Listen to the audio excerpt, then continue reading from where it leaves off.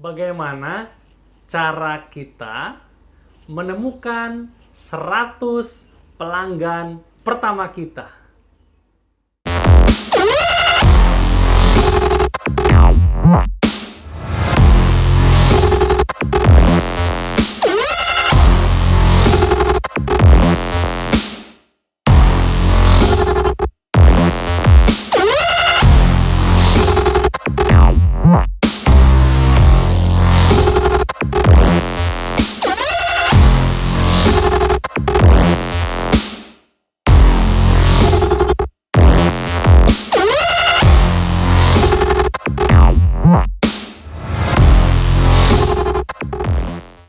Assalamualaikum warahmatullahi wabarakatuh. Ketemu lagi dengan saya Dede Luher.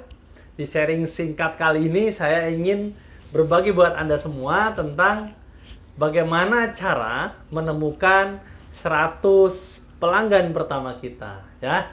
Oke. Apapun bidang Anda, ya, yang namanya pelanggan itu kan hubungannya dengan omset, ya. Omset hubungannya seperti ya darah lah. Dalam tubuh manusia itu nggak ada darah nggak hidup. Dalam bisnis apapun nggak ada omset ya nggak hidup, ya, nggak ada penghasilan, nggak ada income. Nah, sekarang pertanyaannya bagaimana cara mengumpulkan 100 pelanggan pertama kita, ya, supaya kita bisa melakukan selling. Nah, berdasarkan pengalaman saya di industri penjualan, apalagi saya aktif di network marketing, ada beberapa hal yang kita harus lakukan supaya kita segera memiliki 100 pelanggan pertama. Nah, customer dengan buyer beda. Ya. Kalau buyer tuh orang yang hanya sekedar beli, ya. Habis beli dia belum tentu beli lagi. Nah, itu buyer.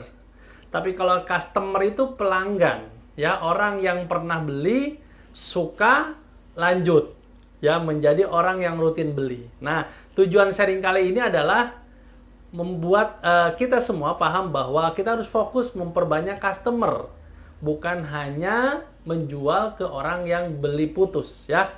Nah, hal pertama yang harus Anda siapkan yaitu yang pasti daftar nama, ya.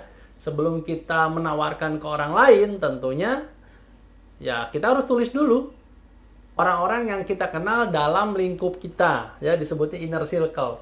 Keluarga, sahabat, teman, relasi, orang-orang yang kita kenal, ya. Ditulis, saran saya tulisnya 1000.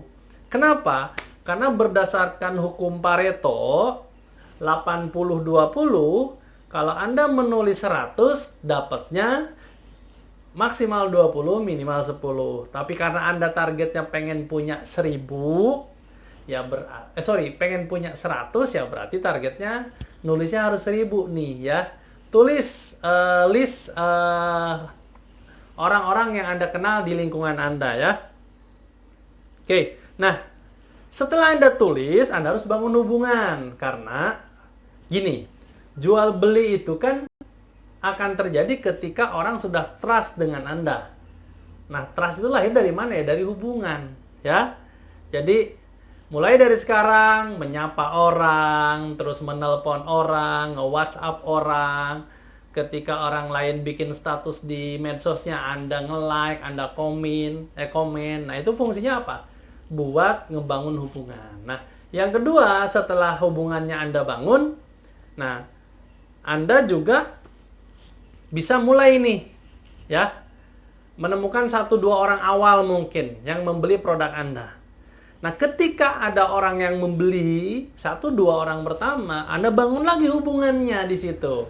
Ya, ketika dia ulang tahun, mungkin Anda ngasih ucapan ulang tahun, ya. Ketika dia punya hal-hal besar dalam hidupnya, juga Anda mengucapkan selamat, gitu, ya.